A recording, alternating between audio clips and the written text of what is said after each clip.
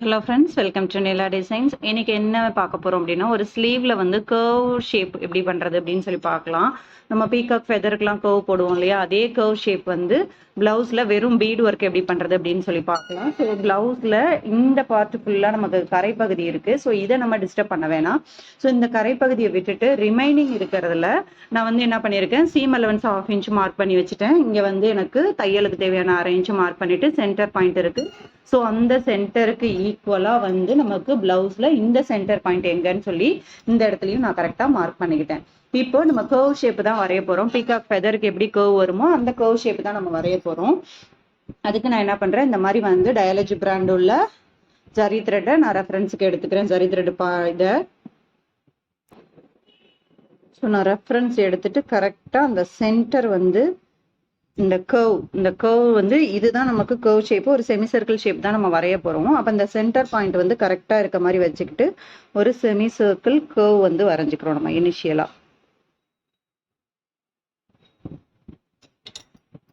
So centre வரைஞ்சிட்டேன். அதுக்கப்புறம் பாத்தீங்கன்னா அப்படியே லெஃப்ட்ல அதே மாதிரியே நவுத்தி வச்சு லெஃப்ட்ல ஃபர்ஸ்ட் நான் வந்து என்னோட ரைட் சைடு, வீடியோல உங்களுக்கு லெஃப்ட் சைடு கூட தெரியலாம்,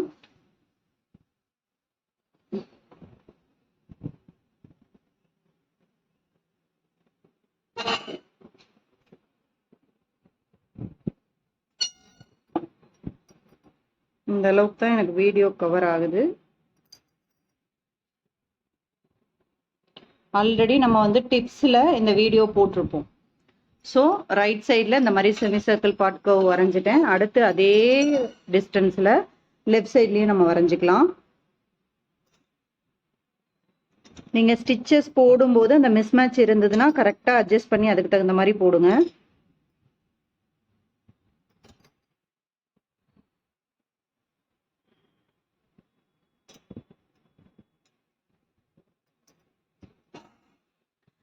ஸோ எப்போவுமே நம்ம சென்டர்லேருந்து தான் ஸ்டார்ட் பண்ணணும். ஸோ சென்டர்லேருந்து ஸ்டார்ட் பண்ணி ஃபர்ஸ்ட் லோயர் கர்வ் வரைஞ்சாச்சு. அடுத்து அப்பர் கர்வ் வரைகிறதுக்கும் அதே மாதிரி தான். இப்போ சென்டரில் இங்கே வச்சிருக்கோம் இல்லையா, இதுக்கு லெஃப்ட் சைட்லேருந்து ஆரம்பிக்கணும், இல்லை ரைட் சைட்லேருந்து ஆரம்பிக்கணும். ஸோ நம்ம வந்து ஃபர்ஸ்ட் நான் ரைட் ஆரம்பிச்சதுனால இப்போவும் நான் ரைட்லேருந்தே ஆரம்பிக்கிறேன். கரெக்டாக ரைட் சைடில் அகெயின் வந்து என்ன பண்ணுறேன், நான் சென்டர்லேருந்து கர்வ் போடுறேன்.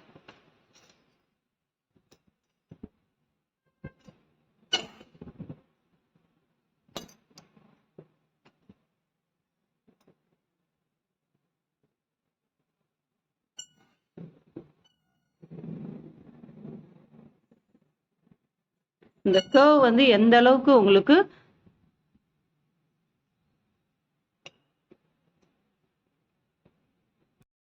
இந்த இது வந்து ஸ்லீவோட எட்ஜ், நமக்கு அந்த சைடு ஜாயின் பண்ணுவோம் இல்லையா, அந்த எட்ஜில் நமக்கு எந்த அளவுக்கு கவர் ஆகுதோ அந்த அளவுக்கு நம்ம கரெக்டாக பண்ணணும். இந்த சின்ன பார்ட் நம்ம பண்ணணும்னு அவசியம் இல்லை. பட் இந்த கர்வ் பெருசு வருது இல்லையா, இது வரைக்கும் வருது இல்லையா, இது வந்து நம்ம கண்டிப்பாக பண்ணணும்.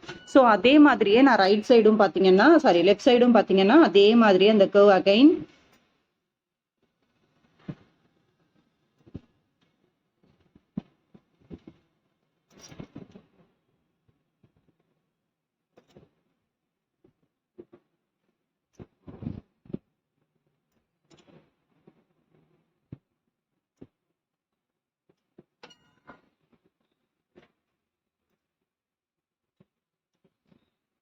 ஸோ இதே மாதிரி அடுத்தடுத்த லேயர் நம்ம ஃபுல்லாக பண்ணிடலாம். ஸோ இப்போ பார்த்தீங்க அப்படின்னு சொன்னால் ஃபுல் லேயருமே நம்ம இந்த மாதிரி வந்து கர்வ் வரைஞ்சாச்சு. இப்போ இந்த கர்வில் நம்ம எப்படி சுகர் பீட் லைன் கொடுத்து ஒர்க் பண்ணுறது அப்படின்னு சொல்லி பார்க்கலாம். ஸோ ஒரு லைனாக நம்ம ஸ்டார்ட் பண்ணணும். ஃபர்ஸ்ட் இங்கேருந்து போய் மேலே போய் நான் சுகர் லைன் கொடுத்துட்டு அடுத்தடுத்த பீட்ஸ் வந்து நம்ம கொடுக்க ஆரம்பிக்கணும்.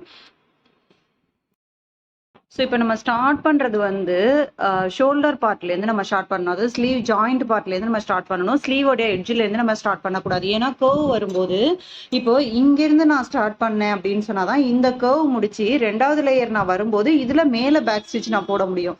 ஸோ கீழே இருந்து போனேன் அப்படின்னா இந்த வளைவு வந்து எனக்கு பெர்ஃபெக்டாக வராது. அதனால ஃபர்ஸ்ட் எப்போவுமே ஸ்டார்ட் பண்ணுறது மேல் பார்ட்லேருந்து ஸ்டார்ட் பண்ணுங்க, கீழ் பார்ட்லேருந்து ஸ்டார்ட் பண்ணாதீங்க. ஸோ நான் வந்து பீட்ஸ் தான் எடுத்திருக்கேன், சுகர் பீட்ஸ் எடுத்திருக்கேன். சுகர் பீட்ஸோட பிராண்டு பார்த்தீங்கன்னா பிரிசோ பிராண்டு தான் நான் எடுத்திருக்கேன். ஸோ பிரிசோ பிராண்டில் வந்து நம்ம ஃபுல் அண்ட் ஃபுல் ஒர்க் பண்ண போகிறோம். ஸோ ஃபர்ஸ்ட் கவ் லைன் நான் ஆரம்பிக்கிறேன். அப்படியே ஆப்போசிட்டில் ஒரு பேக் ஸ்டிச் போட்டுட்டு ரெண்டு பீடாக ஸ்டிச் பண்ணுங்கள். மோர் தென் 2 பீட்ஸ் கண்டிப்பாக கொடுக்காதீங்க. ஏன் அப்படின்னு சொன்னால் இது கேர்வ்டு ஷேப்பு. ஸோ சிங்கிள் பீடாக கொடுங்க, இல்லை டூ பீட்ஸாக. சிங்கிள் பீட் கொடுக்கறதுங்கிறது ரொம்ப கஷ்டம்தான். ஸோ சிங்கிள் பீட் கொடுக்குற எஃபெக்ட் வந்து நம்ம 2 பீட்ஸுக்குமே கிடைக்கும். அதனால டூ பீட்ஸாக கொடுங்க. கண்டிப்பாக மோர் தென் 2 பீட்ஸ் கண்டிப்பாக கொடுக்காதீங்க. இது bend full and full curve shape அப்படிங்கிறதுனால உங்களுக்கு ஃபினிஷிங் வந்து பர்ஃபெக்டாக வராது.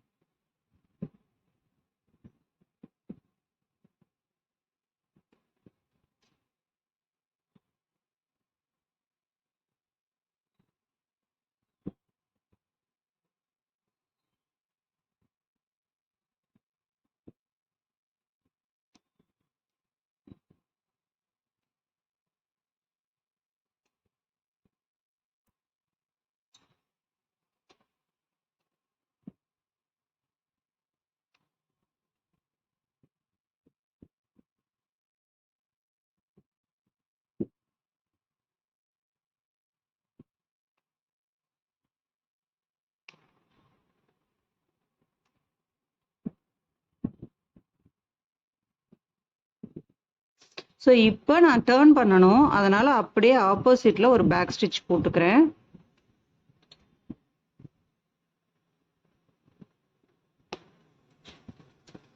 அதை வந்து இந்த மாதிரி பக்கத்துல கொடுத்துட்டு அடுத்த கர்வ் நான் ஆரம்பிக்கிறேன். அப்பதான் அந்த ஃபினிஷிங் வந்து நமக்கு பர்ஃபெக்டா கிடைக்கும்.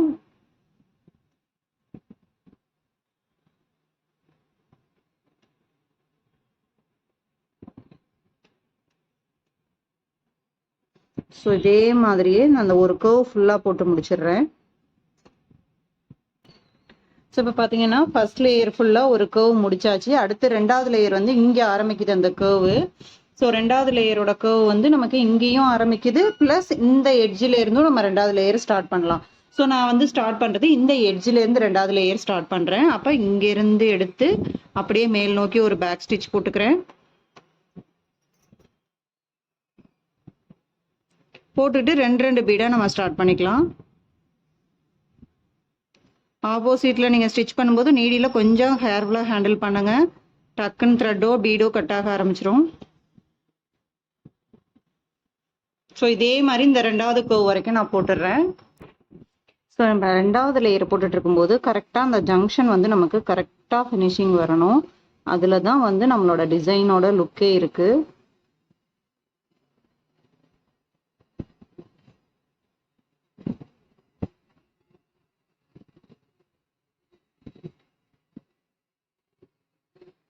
கரெக்டாக 2 பீடு கொடுத்துட்டு மேல் நோக்கி ஒரு பேக் ஸ்டிச் எடுத்து அதை பக்கத்துலேயே அப்படியே கொடுத்துட்றேன். கொடுத்துட்டு நான் அடுத்த லேயர் ஆரம்பிக்கிறேன். அப்போ தான் நமக்கு அந்த லேயர் ரெண்டாவும் வரும். சில சமயம் ஜங்ஷன் கரெக்டாக வரும், சில சமயம் மிஸ் மேட்ச் ஆகும். அப்போ ஒரு பீடு எக்ஸ்ட்ரா கொடுக்கலாம். நீங்கள் கொடுத்துட்டு அந்த ஃபினிஷிங் வந்து பர்ஃபெக்டாக கொண்டு வாங்க. ஸோ இதே மாதிரி ரெண்டாவது லேயர் ஃபுல்லாக ஃபினிஷ் பண்ணிடலாம். ஸோ நெக்ஸ்ட் இப்போ நான் 2 லேயர் முடிச்சிருக்கேன். 2 லேயர் முடிச்சு அந்த ஜங்ஷனில் வந்து நம்ம ட்ராப்பாக பீட்ஸ் தொங்குற மாதிரி ரெடி பண்ணணும். ஸோ இது வரைக்கும் நமக்கு மைனூட் கேப் தான் இருக்குது. அப்போ இந்த இடத்துலேருந்து நம்ம எடுத்துக்கலாம்.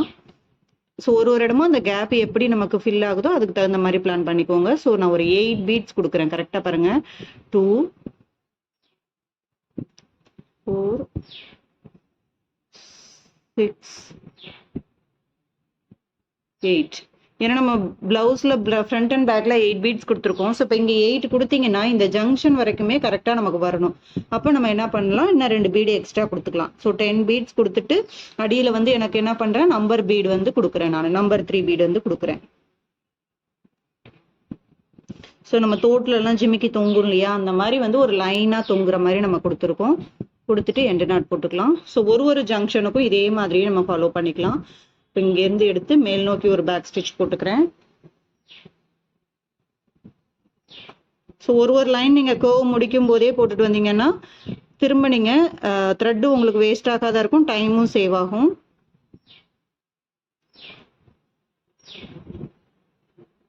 டென் பீட்ஸ் கொடுத்துருக்கேன். ஸோ எல்லா இடத்துலையும் கரெக்டாக 10 பீட்ஸ் ஃபாலோ பண்ணிக்கோங்க.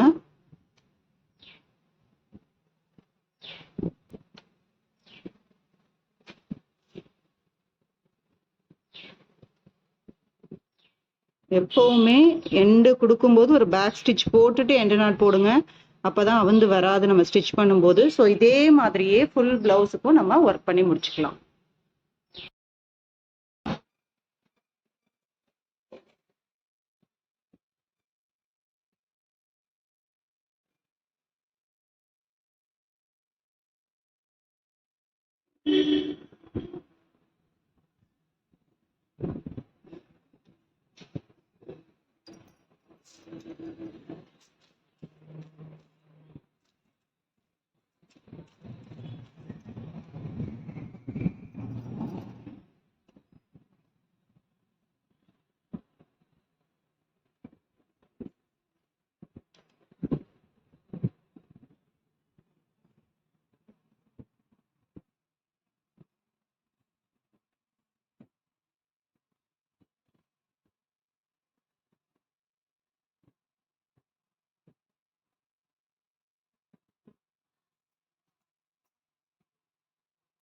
ஸோ இப்போ பார்த்தீங்கன்னா இந்த பிளவுஸில் வந்து நம்ம ஃபுல் அண்ட் ஃபுல் வந்து இப்போ பீடு ஒர்க்கு கொடுத்து நடுவில் ட்ராப் தொங்குற மாதிரியும் நம்ம வந்து ஃபுல் அண்ட் ஃபுல் கொடுத்து முடிச்சாச்சு.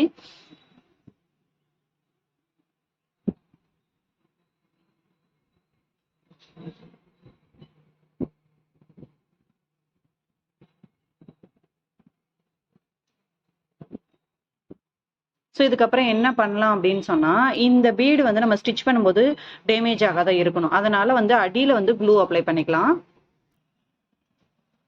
ஸோ இதில் பார்த்தீங்கன்னா நான் லைன் பை லைனாக அந்த லைனுக்கு நேராக அப்படியே இந்த லைன் அந்த நரம்பு போகுது இல்லையா, நரம்பு நீங்கள் போட்டாலும் சரி, இல்லை வந்து நீங்கள் வந்து த்ரெட்டு போட்டாலும் சரி, அந்த லைனில் கரெக்டாக அந்த ஷேப்புக்கு தகுந்த மாதிரி இந்த மாதிரி க்ளூவை லைட்டாக அப்ளை பண்ணி விட்டுட்டீங்க அப்படின்னு சொன்னால், அது கொஞ்சம் ட்ரை ஆனதுக்கப்புறம் நமக்கு மேலே நீங்கள் வந்து ஸ்டிச் பண்ணும்போது பிடிச்சி இழுத்தா கூட உங்களுக்கு டேமேஜஸ் எதுவும் வராத இருக்கும். ஸோ பெஸ்ட்டு வந்து அந்த மாதிரி வந்து அவுட்லைனில் ஃபுல் அண்ட் ஃபுல் வந்து நீங்கள் க்ளூ அப்ளை பண்ணிக்கிறீங்க. இது வந்து ரொம்ப சேஃப்டியாக இருக்கும். உங்களுக்கு ப்ளவுஸ் வந்து ஸ்டிச் பண்ணும்போது ப்ராப்ளம் எதுவும் வராத இருக்கும்.